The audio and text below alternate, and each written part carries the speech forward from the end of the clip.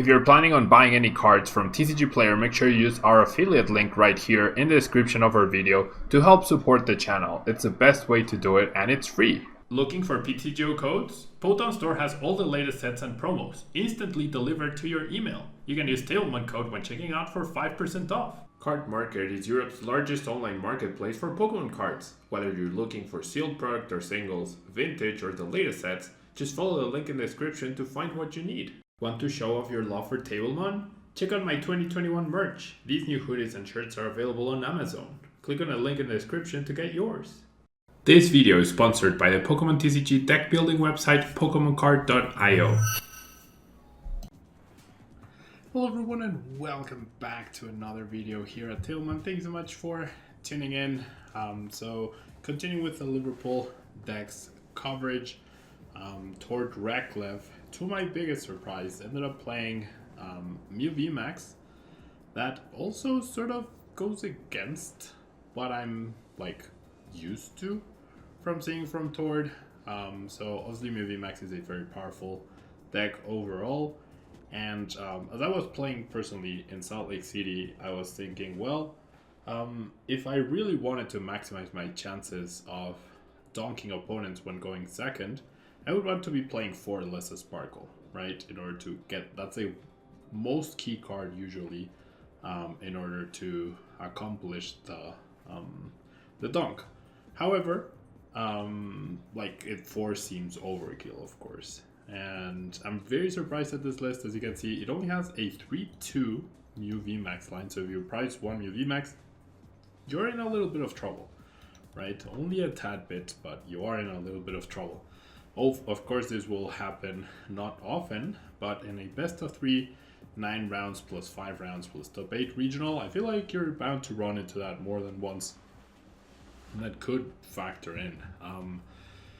TORD also played 3 switches, 1 escape rope, rather than the 2 split, which I do like, based on the fact that Weezing is not popular at all anymore, and that was one of the main reasons to play escape rope. And other than that, we have Switching Cups. Switching Cups is a very nice card to have. Allows you to switch your card from your hand with the top card of your deck, which protects you from Marnie plays, especially Marnie Path, right? As you can put one of the stadiums in your hand at the top of your deck, therefore you don't get stuck with a Path to a Peak and a stadium at the bottom of your deck. It also combos sort of with Rotom Phone, where you get to look at the top 5 cards, and you can grab that card without having to utilize Genesect specifically. Rarer scenario for sure, but I do like the protection that Switching Cups provides off of or against Marnie. It's sort of like an Oranguru, but in item form. And other than that, the 1 Psychic with the Training Cord I do like. Gives you energy recovery, gives you access to 1 Psychic to combine with this energies instead of the damage reduction from the old Turbo Energy, which can be significant. And TORD also didn't play 2 choice belts, only 1, which is very peculiar to me. So essentially the cuts are the 1-1 and 1 choice belt for the 3 Switching Cups, and then a Cramomatic for a bonus stadium, and then something else for the 4th stadium from the list that ended up winning the Australian regional. But yeah, I was surprised. The 3-2 Mew line especially is the most surprising thing. Switching Cups, I can understand their use, and if you really like the card, that's fair. Triple Chromatic, I also understand completely. The Psychic option as well, but the thinner Mew line and the 1 choice belt, I mean, he made day 2, obviously he did well. He was 1 win away from making top cut. But me personally, I don't know, it's really surprising. It doesn't feel like what we're used to seeing from him, which is 4-offs of everything and super innovative. And it seems like he decided to play it safe with Mew, but also risky with some of the choices here in terms of price cards. But let's give it a whirl, see how it flows. Alright, so starting off going second up against a Leafeon deck. So we should have a natural advantage based on the fact that we have 4 stadiums to counter possible Galar Mines, and we have free retreat. However, I definitely expect the Leafeon V-Star to also be making an appearance right here.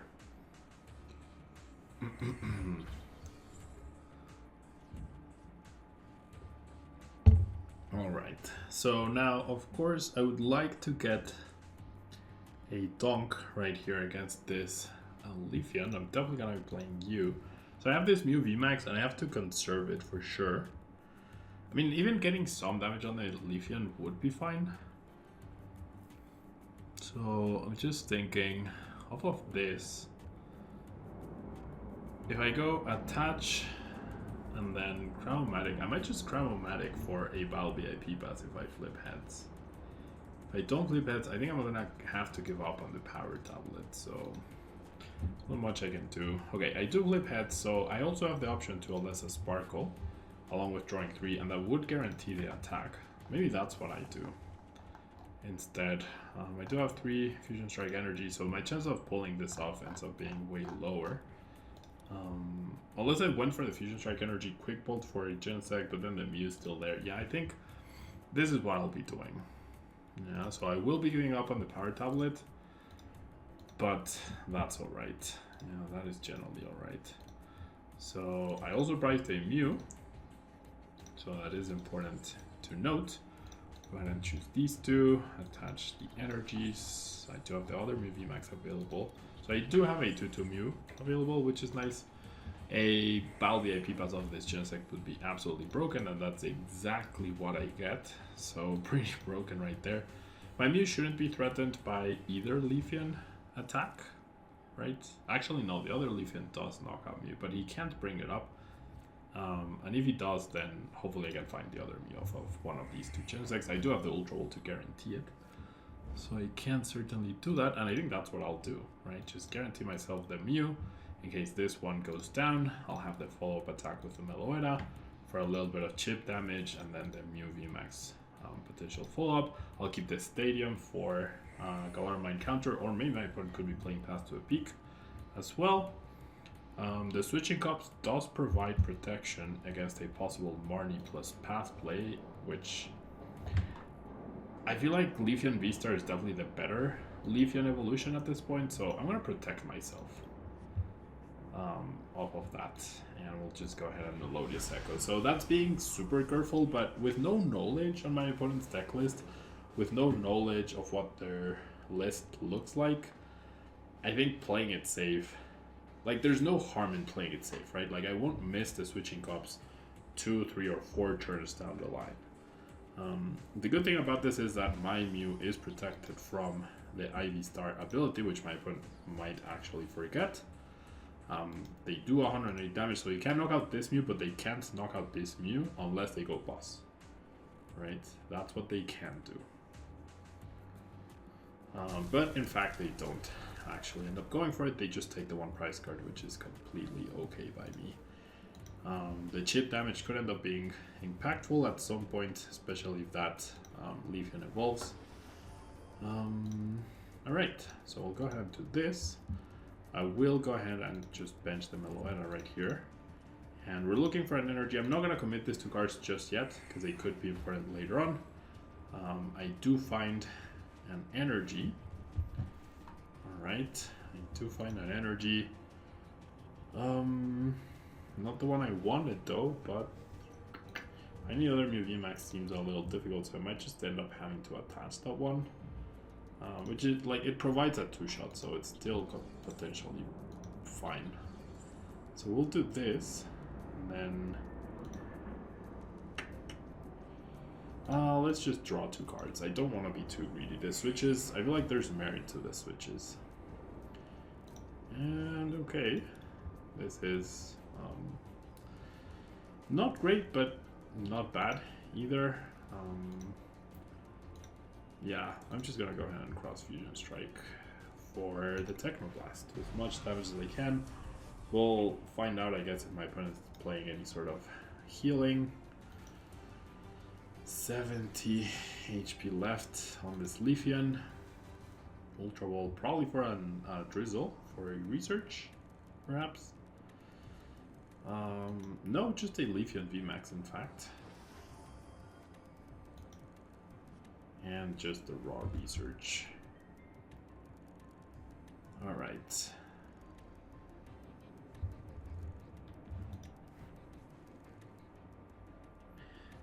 Oh, so they're playing dark as well. Yikes. Okay, we were not aware of that, in fact. So my price cards are pretty, like, strictly mapped out at this point. It's KO this, KO this, KO this.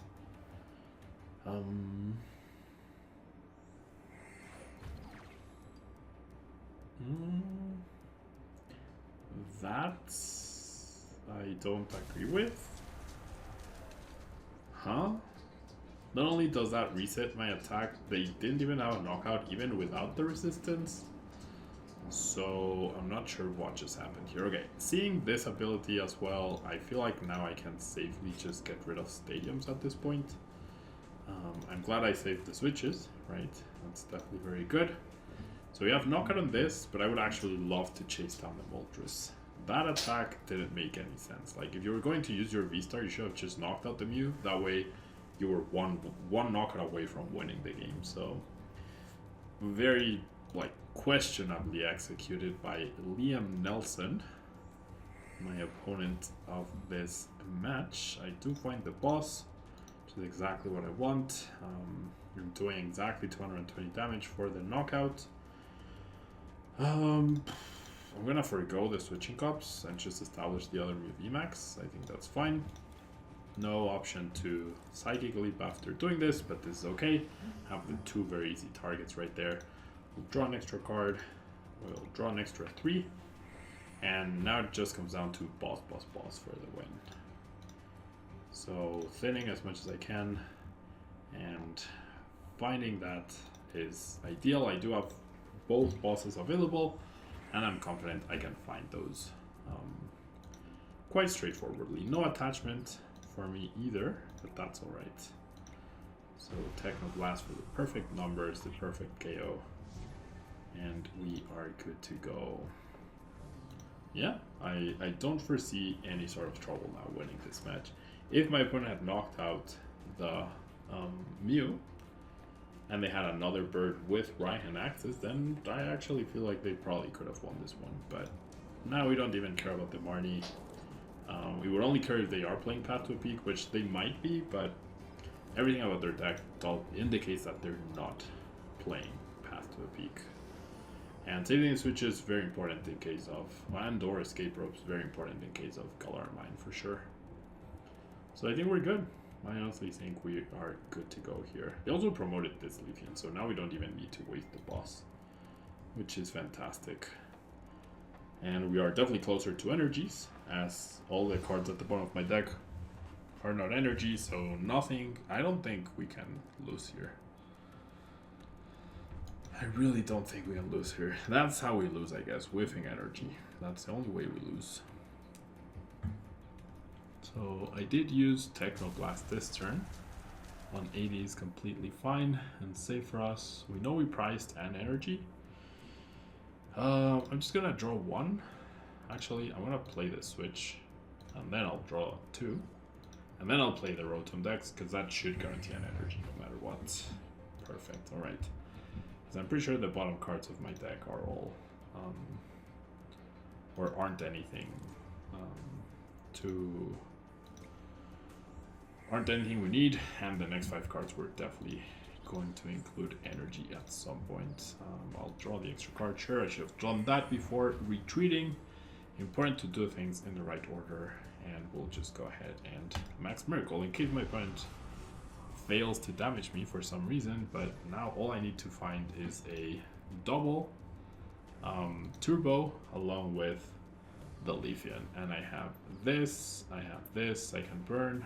So I can burn the Power Tablet, the Escape Rope, the Chromatic, the boss, and I have triple Genesect. So higher than 50% chance to get there, thanks to the base 50% chance of Chromatic. We do know one double turbo is at the bottom of the deck though. That's the one thing that could actually end up hurting me, not having access to the other one. However, my opponent then does the beautiful favor of playing the Marnie themselves and getting us closer to the double turbo. So same 50% chance at accomplishing that. Now I have an extra amount of draw. Now I have access to Rose Tower and the Genesect, and since I did put like 8 cards to the bottom of the deck, I'm fairly sure there's no way I whiff the energy now. Okay, so the Inteleon, the play I think still doesn't make sense. If they had knocked out the Mew, then I'm pretty sure the game would have been over. Like if that damage was on the other Mew and then the Mew was knocked out, they would have won. So they definitely threw the game. They're like that 100%. They actually threw the game. All right.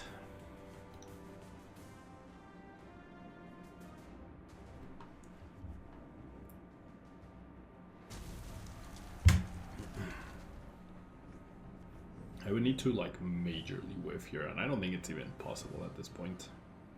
Not after that Marnie. Alright, so I'll promote the Meloetta so I can burn the switch. Now I even have quadruple Genesect to just find a double turbo and the boss, I guess. Both cards are equally as difficult. So, which is completely fine, so I'll do that. I'm pretty sure my opponent lost themselves the game. They had it and they threw it away. And there we go. They actually would have had me if they had not made that mistake. They actually would have had me. So there we go. You know, we didn't miss the second Mew VMAX, so the switching cups also didn't make a difference, but we're also not playing against a true meta deck. So on to the next game. Alrighty, so we're going second yet again. We lost the coin flip. We start Meloetta, so we have a chance at a donk. And we're up against a Remoraid. We're up against an Inteleon, in fact. So an escape rope KO would be pretty good.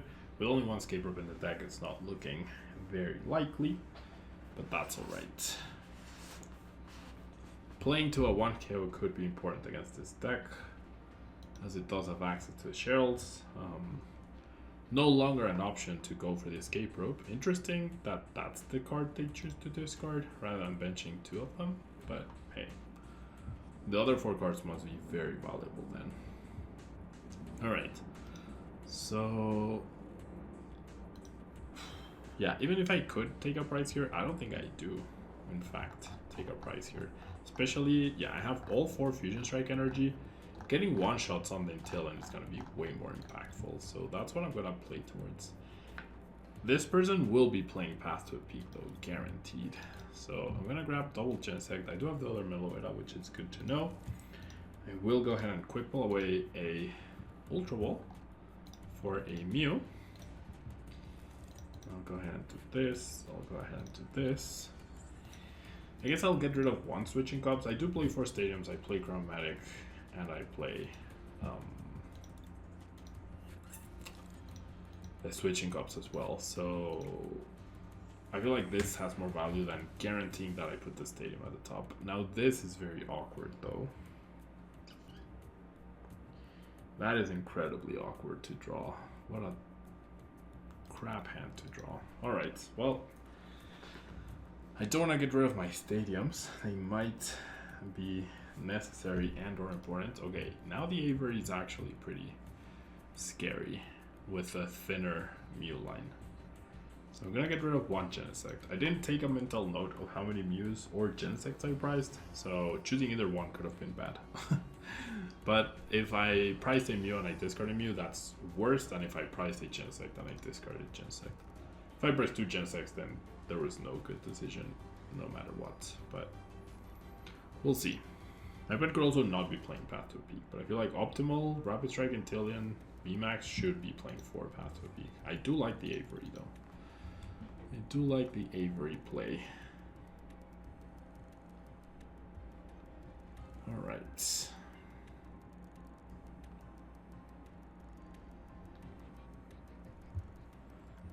So level ball, probably checking prices and whatnot. Grabs a Zobble.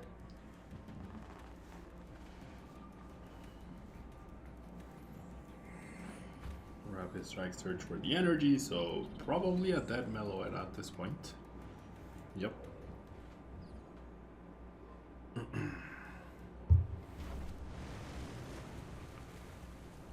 No path to a peak though, and that's really good news, I would say. Alright, Mew top deck, that's nice. I'll go ahead and play the Rose Tower for now. So if I go boss and KO the Sobble with the power tablets, that's not a bad play by any means. I wish I didn't have to use the power tablet though, but I'm gonna go for it. And so boss, and then I'll do this, and then we'll go ahead and Rose Tower for 2. Get the choice belt, attach it here, and we'll go ahead and Fusion Strike System for 2 more. Which does provide an Ultra Ball, which gets me the Mew VMAX, but I feel like I'm gonna save that for the next turn, because there's no real good discard, and even with a choice belt, the Intel and VMAX doesn't KO me. And by knocking out the Sobbles, it's less likely that they can chain Cheryl, which is always good. And unless they find the choice belt directly, which they just did, 170 and then -20. There's the path. No Marnie though, hopefully. And then the training court puts in the work. Now, how many do they play? 4 path, 1 tower? That could be really scary, in fact. That could actually be very scary. We'll see. We'll see what happens here. I might actually end up using Psychic Leap myself to potentially heal the Mew. And I might bring up the other Mew. We'll see. We'll see. Alright, so you grab Karina's Focus, no Barney, which is great. You get a few extra cards here and there. Maybe attacking the Intel in was better though. Nah, probably not. Alright, so 170 damage. So, nice top deck. We'll definitely do this. We'll definitely do this onto these 2, which cannot be KO'd. Can't stress that enough. If I get rid of the switching cups, then I could have this for another Mew VMAX or another Genesect. I feel like the cups are actually pretty key. So I did prize a Genesect, now that I'm checking. Alright, switching ups might be crucial for this upcoming turn, depending on what I find here. Okay, well, not quite what we were hoping for. Yikes. If I get path to the peak again, I'm dead. The Mew VMAX is dead no matter what. They probably have access to Cheryl. I think I just denied the prize card. It seems counterintuitive though, but yeah, path to the peak is gonna wreck me, but it's what I have to do. I'm pretty sure we're probably gonna lose this if we get a path to a peak from my opponent next turn. If we don't though, then we might actually have a solid chance. We'll see. I guess we have 2 chances at getting a stadium if my opponent does play the path to a peak. They have a huge hand though, so Drizzle for path when that's the only real thing you're missing doesn't seem out of the question at all. So there's another Intil in.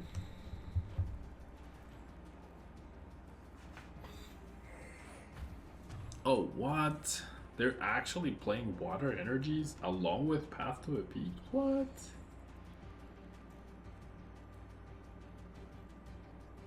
Okay, the list seems like it's all over the place. There's a Drizzle. The right play is to get a path. If they get a path, I've probably lost. Yeah, I've probably lost the game now. I need to get really lucky. Ooh, okay. Oh, well, that's a dead Genesect, actually. Alright. I guess if I top deck Mew VMAX, I'm fine. But very unlikely, right?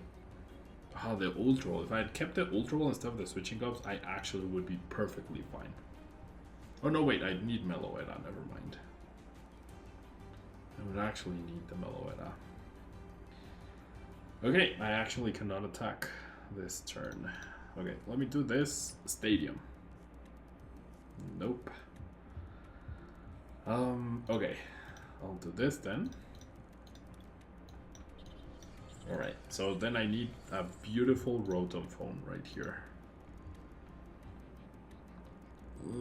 That's not a beautiful Rotom phone. Like, there's no point in having Mew VMAX when I don't have Meloetta, right?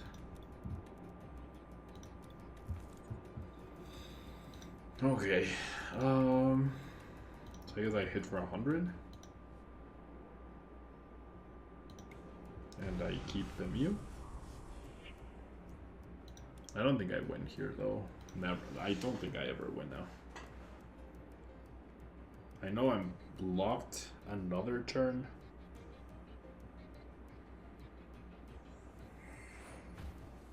Get a Sobble. I mean, well played by my opponent, right? This is what you run into. And no amount of switching cups will save you if you don't draw the cards at the right time in the right order.